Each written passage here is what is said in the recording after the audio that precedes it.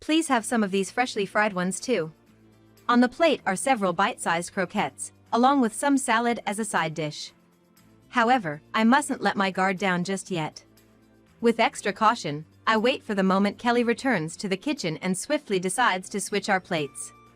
As the meal preparation was completed, everyone started eating. Seated next to me, Kelly glances over and, with a full smile, urges me to help myself without hesitation. If you insist so much, I shall partake in the croquettes you've prepared. I took a bite, enjoying the crispy texture of the batter, the sweetness of the potatoes as they meld together down my throat. As my husband said, her culinary skills aren't bad, and I continue to eat, ignoring Kelly's confused gaze. The seasoning is perfect. How about you try a bite? She responds ambiguously and picks up hers.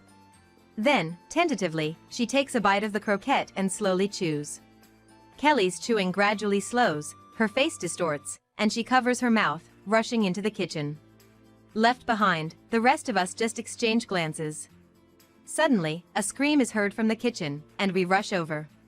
There, Kelly is sitting on the floor, covering her mouth, her body trembling slightly. Her son rushes over, asking what happened, but she just shakes her head in response.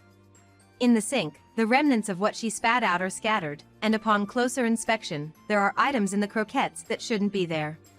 What is this? The full picture is unclear, but there seems to be some thin, thread-like substance mixed in. Upon closer inspection, it's... As I realize what's been mixed into the croquettes, I step back, covering my mouth. In the quiet night, when everyone has settled down, I'm awakened by the sound of the front door opening. I am Sarah. Just when I thought I had reached my 60th birthday, I've aged another year. As a full-time homemaker, I don't have much to boast about, but lately, I've been engrossed in my DSLR camera. Capturing casual park scenes and wild birds has become my hobby. There's someone in the neighborhood who owns a dog, and I sometimes see them walking in the park. I try to capture both the neighbor and the dog in the same frame, but it's challenging to photograph animals since they hardly stay still. On the flip side, the joy of capturing the perfect moment is unparalleled. Lucas, my son, sneaks into the living room. He had texted me that he would be late, but I must have fallen asleep while organizing the photo albums. He insists on preparing dinner himself, but I tell him to change clothes first as dinner will be ready soon. I put the pot on the stove, trying not to make noise as I lay out the pre-prepared side dishes on the table. I have to be careful not to wake Henry, my husband, who is already asleep. Finally, as I place the pasta on the table, Lucas sits down. Tonight's dinner includes pasta, spinach salad, and vegetable soup. My husband sometimes requests heartier meals. But I often tailor the menu to my son's preferences. This is my little secret. Lucas shows interest in a photo spread out on the table. It's a picture of us huddled together next to a gate of a school. He seems to have forgotten how his hat was blown away that day. I was worried about his adaptation to elementary school life, but it turned out to be an unfounded concern. He made friends quickly, often going to the park or playing card games at home. Although he occasionally forgot his homework and was reprimanded by teachers, he was not a troublesome child. Perhaps influenced by my husband, who worked in finance, Lucas developed an early interest in finance and economics, eventually enrolling in a prestigious university's economics program. After graduation, he joined a bank and has been working hard ever since. He leaves home early and often works late, which is not unusual for him. He seems to enjoy his work and never complains of fatigue. He's our pride and joy, and the thought of him getting married and leaving home someday makes me a bit sad. My husband Henry is a man of few words and rarely expresses his opinions. But, like me, he must be feeling uneasy about when our son Lucas will bring up a frivolous matter. After looking through some photos, Lucas started to clean up the dishes, but I told him to leave them since I was still up. He thanked me and said he would finish up some work in his room before going to bed. Mom, did you record that TV show? Lucas is talking about a national economic show that Henry and Lucas enjoy watching every week. Lucas usually texts me to record it if he can't make it on time, so I assured him I had recorded it. Today's episode featured a special on local supermarkets. Lucas seemed interested when I briefly shared my impressions of watching it in real time. Dinner was great. Good night. Thank you. Good night. Lucas always makes sure to express his appreciation for my cooking. When I'm unsure about the menu, he helps by choosing dishes that are relatively easy for me to prepare. With Henry, it's either anything or steak. As a representative of housewives, I'd like to declare to all men that not everyone is satisfied with a meal when they say anything is fine. I wish they would suggest specific menus from the start. After clearing the dishes, I started organizing photo albums. The album with Lucas's childhood photos also had younger pictures of Henry and me. It's striking how Lucas is now catching up to the age we were in those pictures. There are photos of him building mountains in the sandbox, picking up jellyfish at the beach, and playing tennis. Blurry memories from back then become vivid, like a movie, with just one photo. I closed the last album and put it back on the shelf. Lucas has never overslept. Even in early elementary school, he used to set his own alarm clock. As Henry and I have gotten older, we need less sleep and are usually up by 6 a.m. Lucas also gets up around 6 or 7 a.m., so we often have breakfast together. Despite working late into the night, Lucas was as energetic and clear-voiced as ever this morning. He seemed to be getting some advice on loans from Henry, but I didn't quite follow the conversation. After quickly finishing breakfast, Lucas stood up and solemnly told us he had someone he wanted us to meet. Even Henry, who rarely shows interest in others' affairs, looked up from his newspaper at Lucas. Before we could say anything, Lucas quickly left the house, and Henry and I exchanged silent glances, acknowledging that the day had finally come. Henry snorted and returned to his newspaper. A habit he has when something displeases him. He might act like he doesn't care, but I'm sure he feels a bit sad too. Our boy is finally getting married. He wouldn't choose wrong. He might be right. Since Lucas chose her, she must be a good person. I reassured myself and hung up my apron. I had planned to go take pictures in the park today, but decided against it. Seeing the children playing there would probably blur my focus. I carefully covered the lens I had polished. It was a sunny noon on a holiday. Flowers bloomed under the pleasant sunshine, and white clouds drifted freely on the wind. Yet, our hearts were partly cloudy. Today, we were to have lunch with the woman Lucas wanted to introduce. Trying not to be too formal, we attempted to stay calm, but our hearts raced as the moment approached. When the front door opened, Henry and I cleared our throats and welcomed Lucas and his girlfriend. Her name is Kelly. She's a vibrant 26-year-old who works with Lucas. Looking at her glowing skin, I thought she probably uses less than half the skincare products I do. According to Lucas, she handles individual customer service, known for her kindness and efficiency. Well regarded among her colleagues, she's a thoughtful and capable bank employee. Nice to meet you. I'm Kelly. Nice to meet you. Please come in. She entered our house. As I led her to the living room, she took a gift out of a paper bag before sitting down. The gift Kelly brought was cookies from a famous store, a favorite of both Henry and me.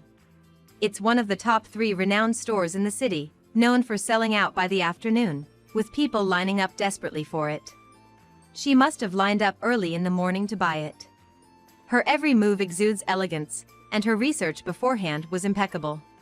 Her clothes were neither too flashy nor too plain, showing a sense of style that complemented her beauty. And above all, she smelled wonderful. I made a mental note to ask her later which brand of fabric softener she uses. Henry seemed already smitten with her, bombarding her with questions since she sat down. She apparently spends her weekends bar hopping or watching makeup tutorials.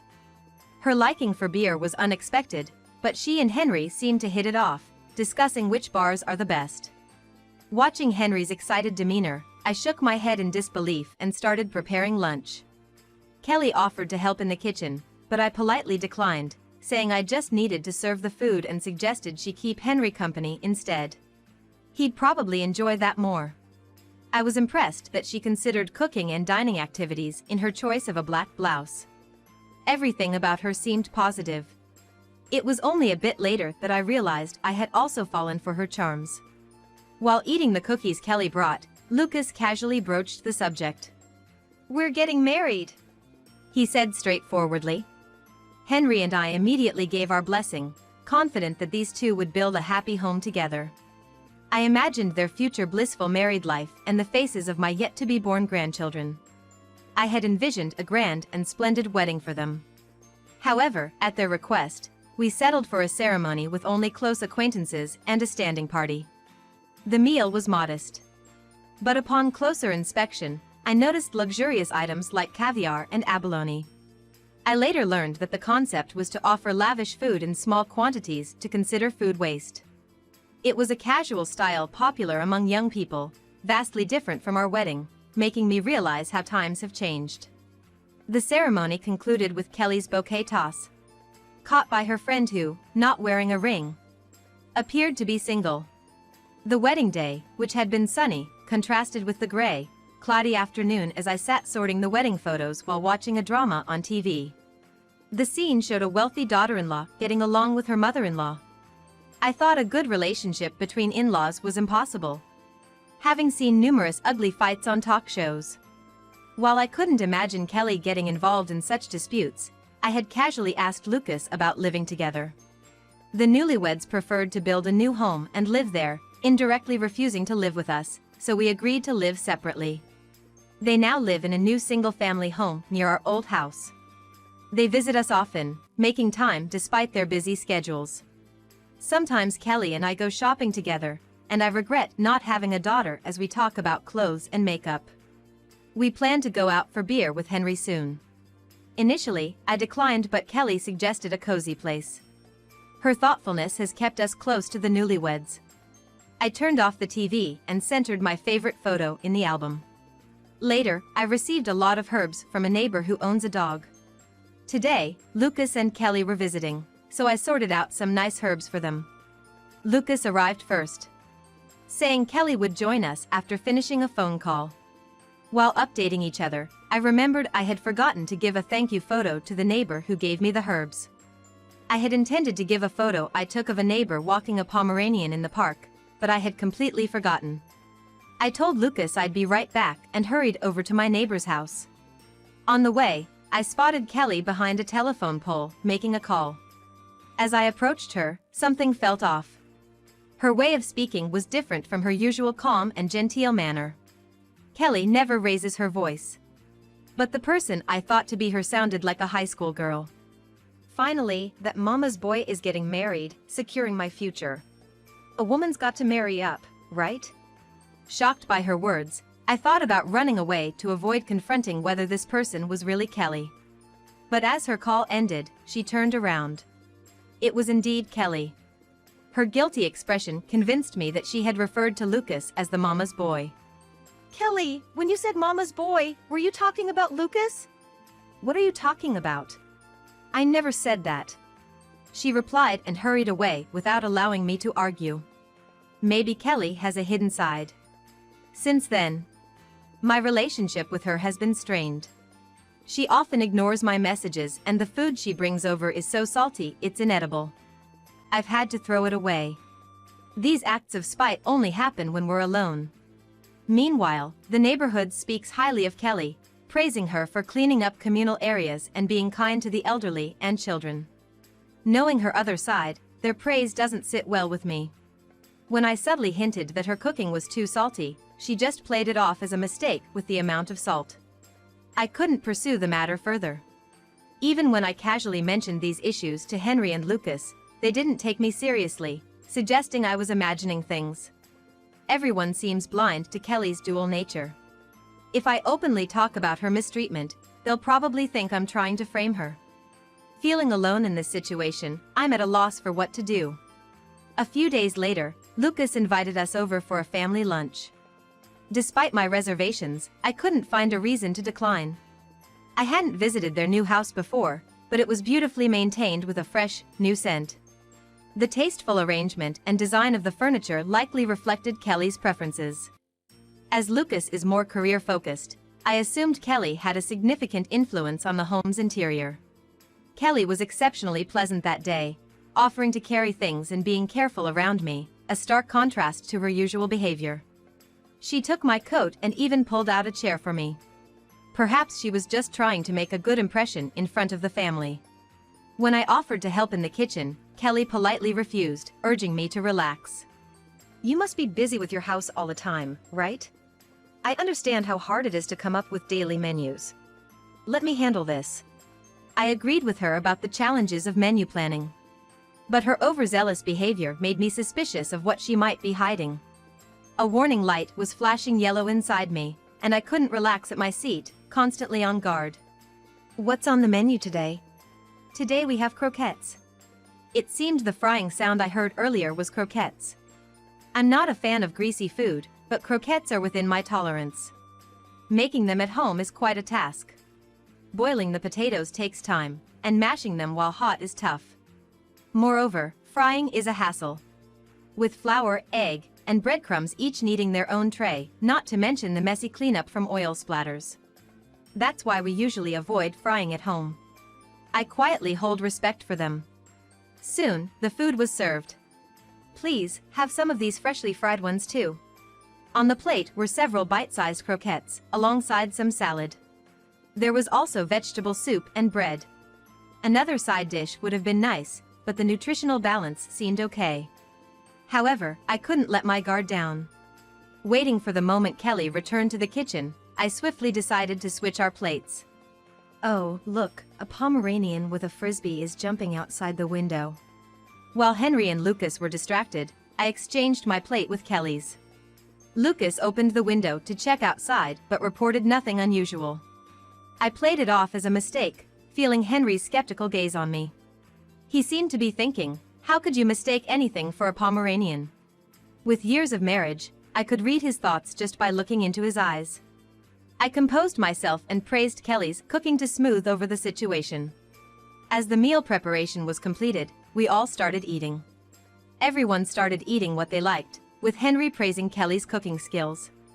Perhaps she chose croquettes to cater to his preferences. Lucas also seemed satisfied, munching on a croquette. Seated next to me, without hesitation, I took a bite of her croquette, enjoying the crispy texture and the sweetness of the potatoes. Indeed, her culinary skills weren't bad, and I continued eating, ignoring her puzzled look. Eat while it's hot, Lucas suggested to a bewildered Kelly. Henry also expressed concern, asking if she was feeling all right. The seasoning is perfect. How about you try a bite? She hesitantly took a croquette, slowly chewing it. The crunchy sound was pleasant.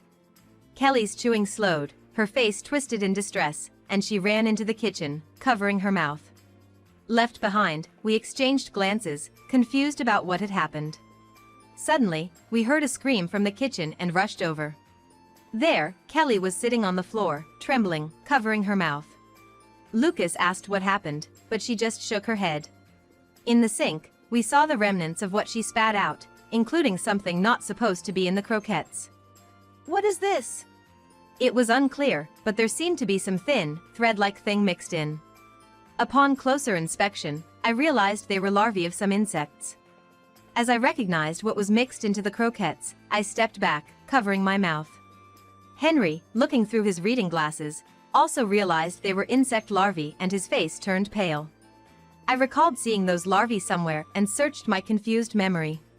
Indeed, they resembled the edible maggots featured on a TV show I had watched before. According to the show, they're rapidly reproducing and high in protein, expected to become vital in solving the food crisis. I remembered vowing never to eat such bugs, even if there were no other food left on Earth. Horrifyingly, those vile maggots had been stuffed into the croquettes. Making them bite-sized must have been to conceal their presence. Kelly, what is this all about?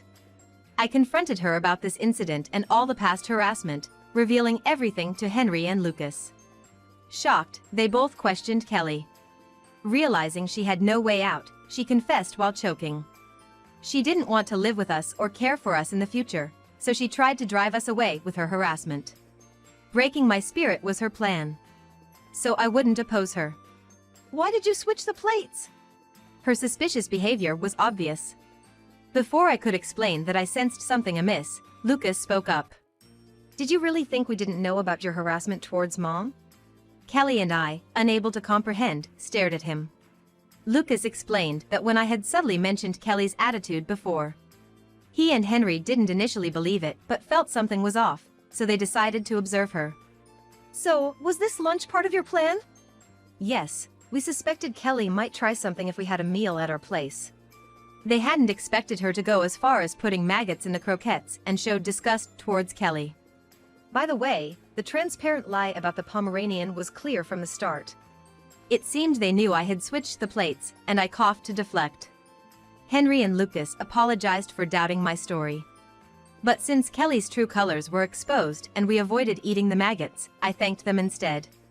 So, Kelly, you don't think you're getting away with this, do you? Under our collective pressure, Kelly repeatedly apologized, but Henry's lecture went on for about 2 hours. The most angry I've ever seen him. After the incident, Lucas demanded a divorce from Kelly, who begged not to be divorced, saying she'd do anything. I thought it bold of her to ask for forgiveness after such treatment. We all agreed and forced a divorce without demanding alimony. Somehow, the maggot incident leaked at Lucas's workplace, and rumors spread that Kelly was the culprit and it led to their divorce. She resigned due to her worsening reputation. A female colleague close to Kelly said the trauma of eating the maggot-filled croquettes made her nauseous even at the sight of her favorite beer. It must have been karma. When I consulted them about what to do with the wedding album, they immediately answered to dispose of it along with the data. The divorce was finalized, and the unpleasant memories were real. But I thought it a waste to discard well-composed photos. After some thought, I cut up the printed photos and completely erased the stored data. As the sky turned crimson at dusk, I decided to go out and photograph the sunset for a change of scenery. Months have passed since Kelly left and Lucas began living alone. I suggested he move back home, but he refused, saying the house deteriorates without someone living in it. The house is too big for him alone, so I occasionally clean it. While dusting, I remembered Lucas saying right after the divorce, I'll learn from this and be more discerning about my partners in the future. We had also been naive, blinded by superficial grace and approving the marriage. We promised to scrutinize any future partner's character before giving consent. Lucas smiled sadly. Moving from the entrance to the living room, I noticed a photo frame on the shelf. Was it their last time? It held a photo from a family trip to a countryside for Lucas's job celebration, taken by a passing couple against the autumn leaves. With Henry disliking photos, it was rare to have all three of us in one frame. I wondered why Lucas chose this photo, feeling the emptiness echo in the house. I couldn't fully grasp his intentions, but felt no need to understand. Embracing the photo frame, I cherished our precious family's future.